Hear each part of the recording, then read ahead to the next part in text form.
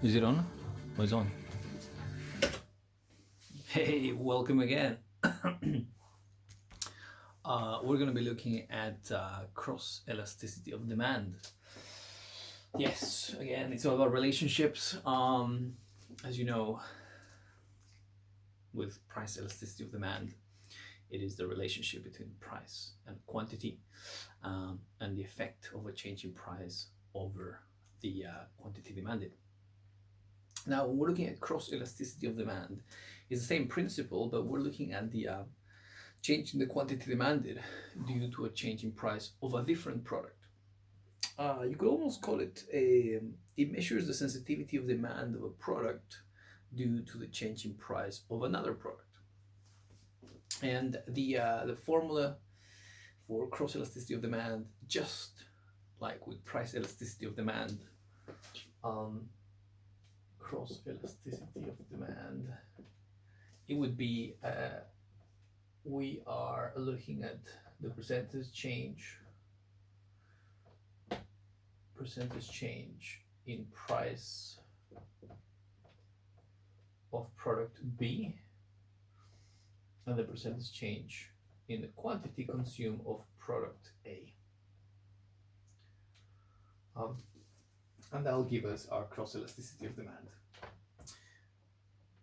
So we want to know if they'll buy more of our product if the price of another product changes. Now that other product could be a substitute or it could be a complement. So complements for printers are ink cartridges, papers. Complements for a car would be the fuel for the car, maybe your road tax. Those are complements. Whereas substitutes will be an alternative. So a substitute for Coca-Cola would be a Pepsi. A substitute for computers, you have different brands: Dell, Lenovo, Asus, and a variety of them. Right. So how do we know if they are a substitute or a complement? Well, you will pretty much know the brands. But if you don't know the brand and there's some random brands you've never heard of, well, you can know if they're a substitute or a complement by looking at the results of the cross elasticity of demand. If the result is negative, they are complements. If the result is negative, they are complements. So one complements the other one. So let's take, for example, a percentage change in the price of fuel. So let's say fuel increases by 10%. So plus 10%. So if fuel increases by 10%, what will happen to the quantity demanded for cars? So if the price of fuel goes up, then the demand for cars is likely, or we assume that it'll likely go down. By how much? I don't know. Minus 5%. Sounds about right. So we have minus divided by plus is a minus, and then 5 divided by 10. Let's find out. 5 divided by 10 is, what did you tell me? It's like 0.5. There you go. Should have been quicker. So minus 0.5. So hence is negative. So that tells us that they're complements. And the fact that it is inelastic, again, we know that things are inelastic when they're less than 1, ignoring the sign. That also tells us that the relationship is weak. So there's not a very strong relationship between fuel and cars. If the assumptions are that an increase in fuel by 10% creates a reduction in demand by 5%, then we have a very weak relationship between those two variables. So that's we get a lot of information from looking at the data.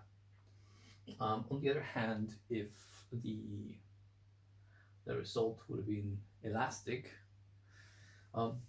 so an increase in fuel by 10% creates a reduction in the demand for cars by 50%. Wow. So that will give us 50 divided by 1, that will give us 5 minus 5 PED. So minus 5, again, is negative, so that tells us that they are complements. Fuel complements the car, and it's 5, so that's more than 1. So that is elastic. So there's a very strong relationship. Just a small increase in the price of fuel has created a big dramatic change in the demand for cars. So that's how that's a lot of information that we can gather just from looking at the data. Little things, for example, how can we calculate a percentage change? So we can calculate a percentage change if they tell us what the prices were. So for example, if the price of fuel was £5 and then it's increased to £10, how can we calculate the percentage change? Well, what we do is we take new data divided by old data. Sorry, new data minus old data divided by old data. So new data is the new price is £10 minus old data, £5, all divided by 5. And with that, we times that the result by 100 because we're looking for a percentage. So 10 minus 5 is 5, positive 5. 5 divided by 5 is 1. 1 times 100 is 100. So we'll have here an increasing price of 100% from 5 to 10. And that's how we calculate percentage changes. Again, don't forget, it's new data minus old data divided by old data. And that's how you calculate a percentage change. Yes, I have to erase this so I can get some space. Good. So what does this mean for the demand of our products?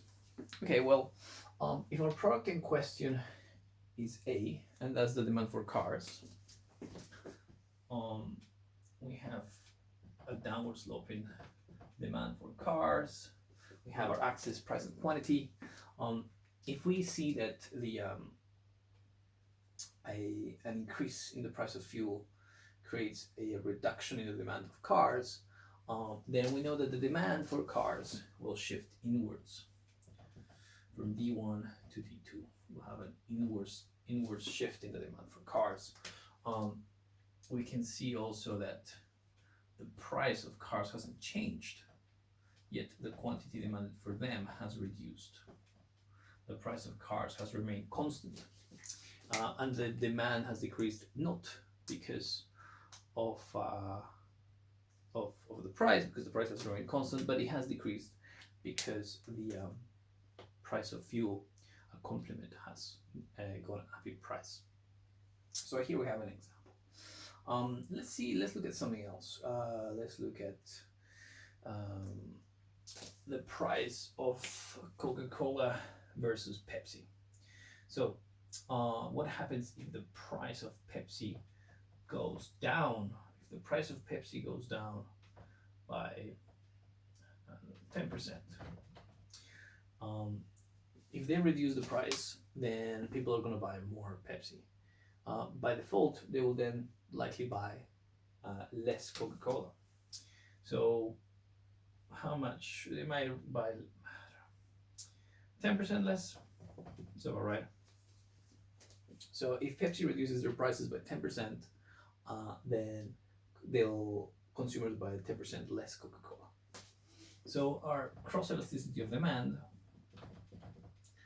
will give us minus divided by minus is a plus, 10 divided by 10 is 1. So we have a plus 1. So when it's 1, it's elastic. Any 1 or more will be elastic, ignoring the symbol. So number 1, we know it's elastic. So there is a relationship. And it's technically it's a strong relationship when you have an elastic result. Also positive, it means that they are substitutes. So they're rivals. So Coca-Cola is a rival of Pepsi. So just by knowing this symbol at the end, then we know that we're looking at rivals. And the rivalry will, how much of a rival they are, will be the result of our cross elasticity of demand. So the higher the number, the more of a rival there are. The more of a relationship there is. The lower the number, the less of a relationship there is. So in the case of Coca-Cola, for example, so there's a decrease in 10% when Pepsi decreases their prices. So what happens to demand in that case? The same thing that happens to cars. The demand for Coca-Cola is going down when Pepsi reduces their prices. So in the assumption here, the price for Coca-Cola has stayed the same, but the demand for Coca-Cola has decreased. So if you, throughout this process, I have mentioned that the price of the product is remaining the same. And we're just looking at what other factors are creating this change in demand. And we're studying cross elasticity of demand as a way to assess what other factors could change the demand for our original product. So when no other factors change, we call this ceteris paribus. All other factors unchanged. So that we can just study the variables. In this instance, the price of another product, and to see if it's a complement or if it's a substitute. And so this is cross elasticity of demand. Then we also have income elasticity of demand, and this is the how income, a change in income, creates a change in the quantity demanded for products. So if income increases and the demand for the product increases, then this is considered to be a normal good. However, if the change in income increases, but the demand for the product decreases, this is considered an inferior good. Again, depending what sample you're taking, who you're interviewing, where you're gathering your data from, the results might differ. So in my case, my income elasticity of demand for chicken Dallas would be negative. So as income increased, my consumption of chicken Dallas decreased because I started buying, I don't know, Burger King instead, or KFC. So the income elasticity of demand for chicken Dallas for me is negative, making it an inferior good. So if the result of income elasticity of demand is negative, then it'll be an inferior good. If the result is positive, then it's a normal good, because as you get more income, you buy more of it. Again, it depends what you're analyzing, what products you might be analyzing. So what happens though if it's more than one? Then we're looking at a luxury. So if the result is that the change in income creates a more than proportionate change in the quantity demanded, then we're looking at a luxury. So if my income increases by 5%, but my demand for holidays increases by 10%, then this will give me a result that is more than one when I divide the percentage change in the quantity demanded divided by the income, which will mean that it is a luxury. On the other hand, if the result is less than one, if it's inelastic, then we're looking at a necessity, something that regardless of the change in income, the quantity demanded does not change that much. So no matter how much money I earn, I still buy relatively the same amount. I don't buy more of it, I don't buy less of it. And that is